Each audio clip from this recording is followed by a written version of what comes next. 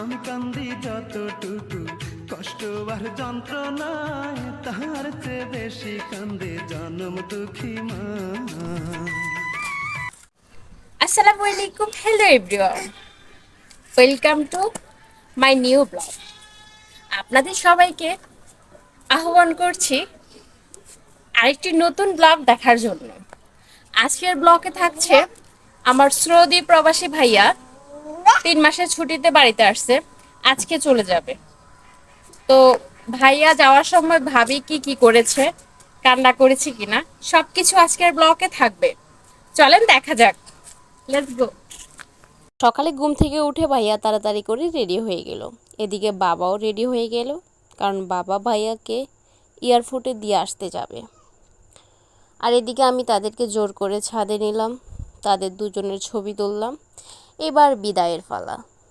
ভাইয়ার সাথে ভাবি, ভাতিজি এবং আমার বাবা, ওনারা 3জন যাচ্ছে।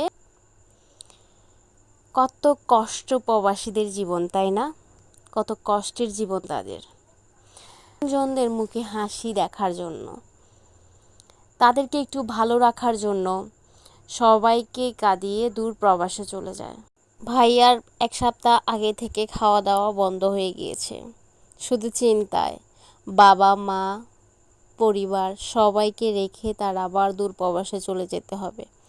আবার কবে আসবে তা কোনো জানা নেই, কারণ দূর প্রবাসে গেলে প্রবাসীদের তো চিন্তার শেষ নাই। একবার বাড়ি করতে হবে, একবার গাড়ি করতে হবে, একবার নারীর জন্য অলংকার করতে হবে। এবার ভাইয়া সবার কাছ থেকে বিদায় নিয়ে নিচ্ছে। দাদুকে সালাম দিচ্ছে, দাদুর কাছ থেকে বিদায় নিচ্ছে। মার কাছ থেকে বিদায় নিচ্ছে, মাকে সালাম দিচ্ছে, মাকে বোঝাচ্ছে কান্না করবেন না, আমি আবার আল্লাহ বাসায় রাখলে আবার দেশে ফিরে আসব।